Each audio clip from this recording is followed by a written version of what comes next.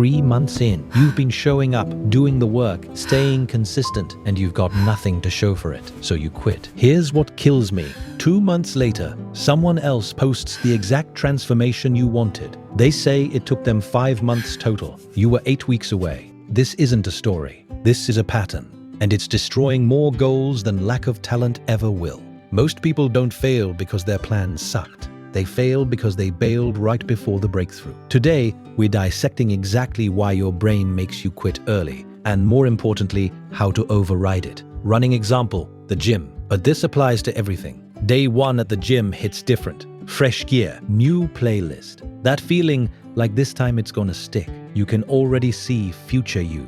Shredded, confident, different. Motivation is maxed out because in your head, the result feels close, feels inevitable. But here's the brutal truth. Motivation is a terrible GPS. Motivation runs on emotion.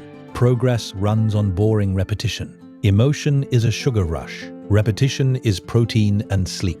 Emotion crashes in 3 days. Repetition takes 3 months to show results. That gap, that's the graveyard. That's where 90% of people tap out. Because when motivation fades and you don't see progress yet, your brain says, this isn't working.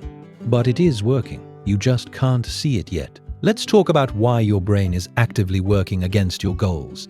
Delayed gratification sounds simple. Sacrifice now, win later. At the gym, you trade soreness, time and effort for muscle, strength and looking good. But that payoff is delayed.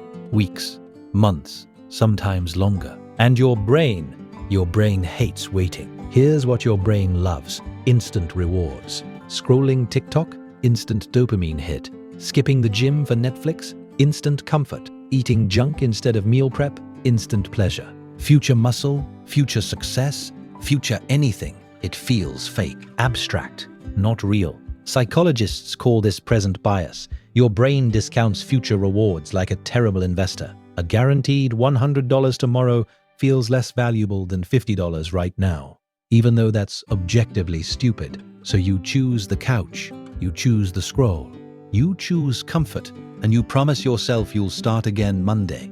But Monday never works either, because the problem isn't your plan, it's your wiring. Even if you survive the motivation crash, there's a second trap waiting: progress blindness. Progress blindness is when you're actually improving, but the changes are too small to notice day by day.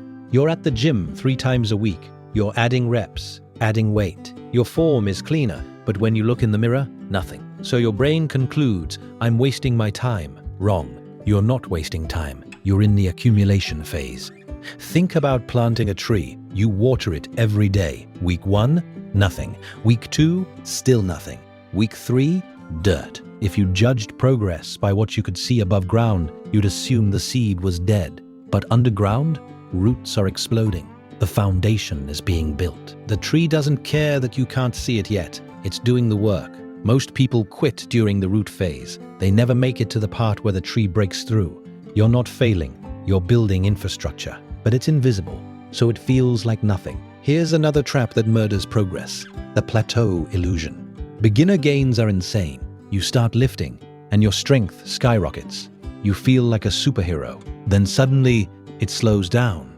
You're working just as hard, maybe harder, but the gains are smaller, slower. This feels like failure, like you hit your limit, like maybe this isn't for you. But that's not what's happening. What's actually happening: you've adapted. You've passed the beginner stage. Now growth requires more precision, more consistency, smarter programming. The plateau isn't proof you can't grow. It's proof you leveled up.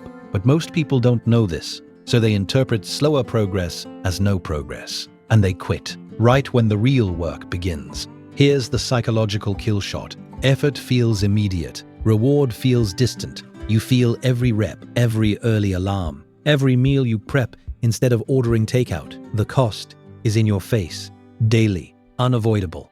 But the reward is theoretical, somewhere in the future. Maybe, so your brain starts doing math. I've been going to the gym for 3 weeks. I should look different by now.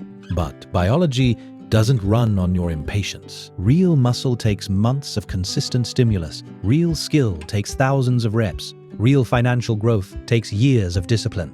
Your expectations are set for weeks. Your timeline is months. That mismatch kills you.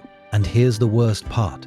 You're right on schedule. You're doing everything correctly. You just expected results faster than physics allows. Let me show you the real reason you quit. You're acting like someone who goes to the gym, but you're not thinking like someone who trains. Huge difference. When your identity is "I'm trying to get in shape," quitting is easy. You're just trying. Trying isn't permanent. When your identity shifts to "I'm someone who trains," quitting becomes weird, inconsistent, against who you are. This is the difference between behavior and belief. Behavior: I go to the gym. Belief: I'm a person who shows up. Belief wins every time. Because when you believe it's who you are, you don't negotiate. You don't debate. You just do it. Even when results are invisible, even when motivation is zero, even when it's boring, you show up because that's what you do. It's your identity. Most people never make that shift, so quitting always feels like an option. Progress in almost everything works like compound interest. Early results? Flat, minimal, barely noticeable. Then somewhere around month 4, 5, 6, the curve hits. Suddenly everything accelerates. At the gym, month 1 might add 5 pounds of muscle if you're lucky, invisible in clothes. But month 6, people ask if you're on something. The change is undeniable. The problem: most people quit in month 2. They experience the flat phase. They never reach the curve. Here's what's compounding while you can't see it. 1 extra rep per week doesn't feel like much. 5 more pounds on the bar, barely noticeable. Better recovery, invisible. Improved form, subtle. Individually, these are nothing. Together over time, they're everything. But compounding only works if you stay in long enough to let it work. Quit early and you get zero benefit from all that accumulated effort. You did the hard part. You just didn't stay for the payoff. Quitting is rarely logical. It's emotional. You miss one workout, life happens. No big deal. But then your brain says, "I already messed up. Might as well quit." This all or nothing thinking is a trap. Missing one day isn't failure. Stopping completely is. Consistency doesn't mean perfection. It means returning fast. Everyone misses days. Winners just don't let one missed day turn into one missed week, then one missed month, then quitting. The difference between someone who transforms and someone who doesn't: it's not talent, it's not genetics, it's not having more time. It's tolerance for imperfection. Can you keep going when you miss a day? Can you come back after a bad week? Can you stay in the game when it's messy? Most people can't. That's why most people quit. Let me be direct about what separates people who win from people who don't. It's not intelligence, it's not resources, it's not talent, it's tolerance for delayed results. Can you do the work when there's no applause? Can you stay consistent when nothing's changing visibly? Can you trust the process when your brain is screaming that it's pointless? Most people can't. They need proof. They need validation.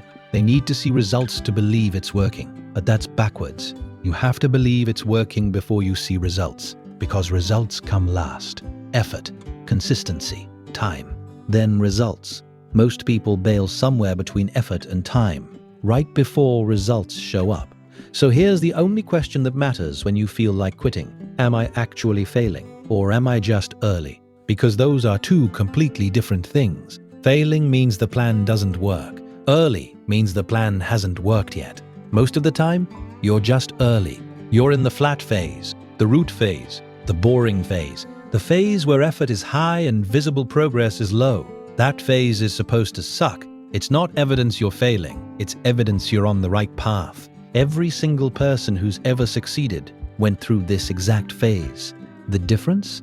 They stayed. They didn't quit at week 3, or month 2, or right before the breakthrough. They stayed in the game long enough to see the curve. Motivation fades fast, but repetition builds results. Your brain prefers instant rewards over delayed wins. Present bias makes future gains feel fake. Progress blindness hides small daily improvements. Plateaus are normal adaptation, not failure. Effort feels immediate. Reward feels distant. Identity beats motivation every time. Compounding requires time to show results. All or nothing thinking kills progress. Most people quit right before the breakthrough. You're not quitting because you're incapable. You're quitting because your brain is wired for short-term survival, not long-term success. It hates delay. It can't see slow progress. It wants comfort now. But the results you want, they're on the other side of the boring phase, the invisible phase, the nothing's happening phase. That phase doesn't last forever. It just lasts longer than you want. So the next time you think about quitting, remember this. You're probably 2 months away, maybe less, maybe 8 weeks from the transformation you've been working toward. Most people quit at week 6. Don't be most people. Stay in the game. The curve is coming. If you're choosing to stay, comment still in and subscribe if you're done quitting early.